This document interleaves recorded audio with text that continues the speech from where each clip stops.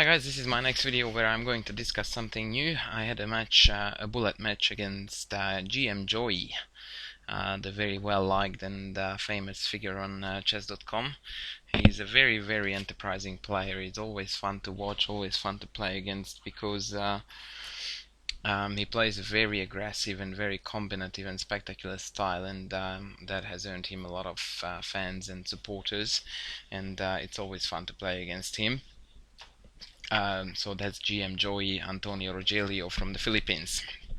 As you can see, I ended up beating him 15.5 to 8.5, so it was the first to 15 match, or that's what I decided to call it halfway through. And I decided to share with you the highlights of this 20 form games match. It was quite interesting because although the score indicates that I beat him very easily, the truth of the matter is that at least half of the games that I won against him, at least half of them I was dead lost and I won on the clock. But that's Bullet, and you have to be ready for playing fast. So actually, interestingly enough, there were not really a lot of highlights that were really interesting because a lot of the games were decided on the clock. But I have got a few that I wanted to share with you. The first one, misclick. The first one is actually a win by me. How do I go onto the game? Why am I so newbie? Let's try this one. Yeah, okay, so this one was actually the very first game, and rather uncharacteristically, we ended up in an opening that neither of us really play much, because against the King's Indian I don't play fianchetto setups, and normally Joey doesn't play the King's Indian, so now we ended up in the main line of the fianchetto King's Indian, and things are going normal up to this point. Bishop f5 here is a bit of a sideline because in most cases I want to play e4 anyway, and so it's considered yeah, a bit shaky at best. I'm not sure about the value of this move. Rook b1 is very standard in this position. Oh, I should have analyzed it in a different way so that I could play alternative moves. But anyway, I will just not explain the idea. So rook b1 is quite standard. I wanted to play rook e1 with the intention of dropping the knight back to d1 to cover the b2 bishop and eventually regrouping towards e3. A very standard motif. He played queen b6, and I just did what I just told you I would, knight d1. And as I'm looking at it right now, bishop a1 would have been a very logical move here too. Basically, the whole line is about the very awkward placement of this knight. Of course, from black's point of view, this knight is trying to be useful by targeting c4, but as you will see in this game, it doesn't really have a say in that. Queen b4 is always met by bishop c3. It's a very annoying motif, so Joey decided to get rid of with the bishops, which makes sense because the my bishop on g2 is actually a pretty poor one, but at the same time it cost him the whole entire center. So now I have got various ideas based around e5 and the like. So yeah, the situation is not easy, and as much as these two knights look very passive, in fact they cover all the penetration squares where black could come in and annoy me. So for the time being, I'm in a dominant situation, plus having put the king on g7, now sometimes queen c3 check hits the king and the knight can be an annoying motif. He played queen b4 and I went for e5. He played bishop a4, I went queen d3, and that was the moment when I realized that he could have taken here and then retake on e5, upon which I would have been forced to play h3. That would have been a bit messy, but he didn't do it because in this position he went queen a4, obviously intending to bring the the rook into b2, typical Joey style, but at the same time he's falling apart on the king side, where he has got very little space, and this king is getting sort of in a dicey situation. So he decided to play f5, which sort of stabilized the situation temporarily, but at the cost of humongous spatial issues. Now the rooks are disconnected, and the king is, despite of the fact that the files are blocked off, is still very insecure. Now rook b1 I reckon was a top class move. Well, by top class I mean considering the time control and all that, because now the rooks are disconnected, and if he were to take after rook takes back, I can penetrate on the b file, and the a2 pawn is immune due to queen c3 check followed by rook a1 trapping the queen. So even knight b7, but now, goodness gracious, look at those two knights. They are absolutely hopeless. So all that was left for me to do is just to launch a quick attack. The idea is h5, h6, queen c3, queen g7 mate, pretty much unstoppable. He went back, I kept on pushing, so he realized that he had to take it because there was no other way to get out of this mess. And after bishop h3, black's situation is pretty much hopeless and resignable. Bishop takes f5, bishop takes h7 is unstoppable with mate to follow. And at this stage, Joey lost on time, but actually his position was already hopelessly lost. I think that this was a very consistent and reasonably good quality play by me, especially considering the bullet time control, and as such I was rather happy with it. Now shortly after this game, however, came something that made me feel disgusted by myself.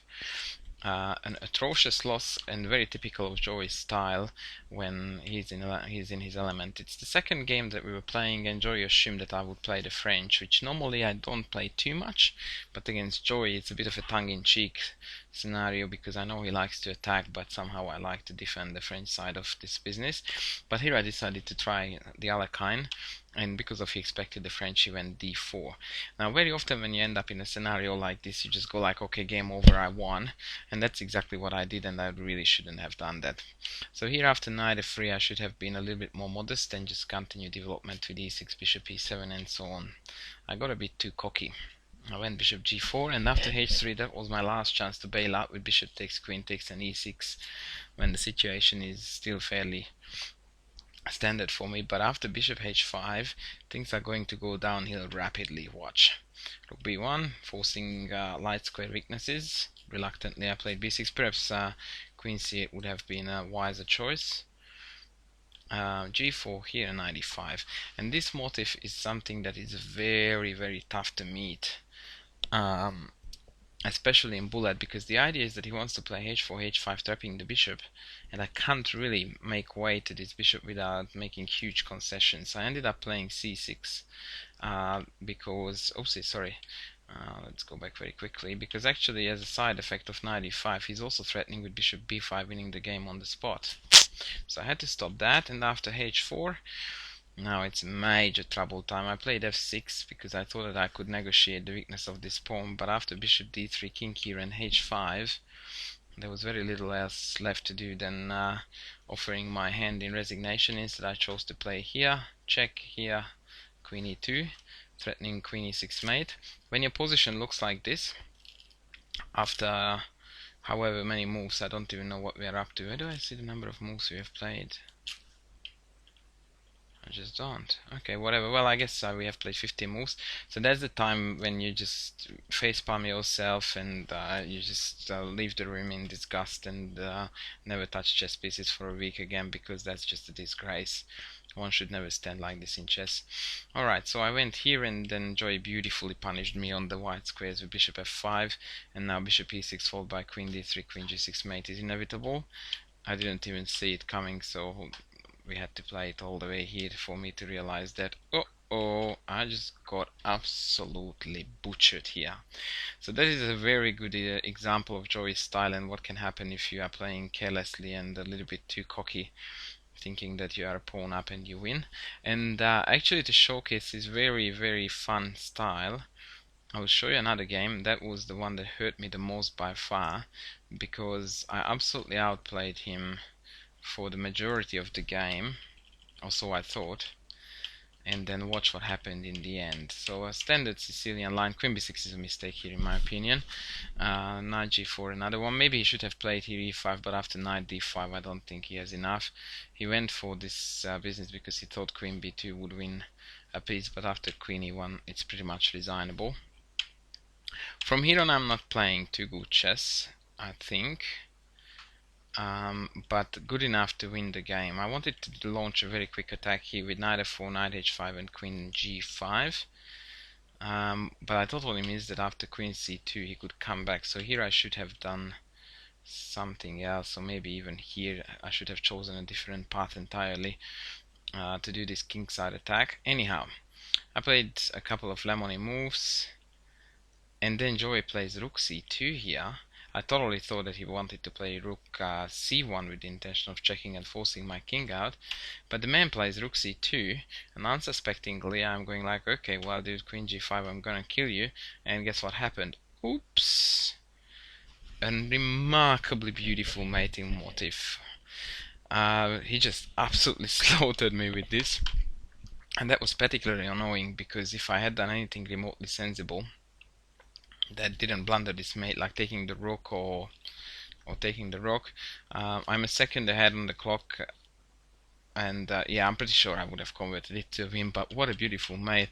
Yeah, it was a rude shock to see this, but hey, you have to be alert till the end of the game.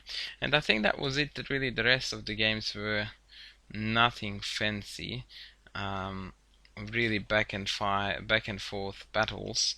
But as I said, the main theme of the games were that even if I got outplayed, Joey took far too long to do so, and so eventually we ended up with a 15.5 to 8.5 score. But yeah, Joey is still a legend who plays really nice chess, and therefore he gets his credit, his fair share of credit, yeah, for these games. Alrighty, guys, I hope you enjoyed this little analysis, and I'll be back with more soon. Thanks for watching.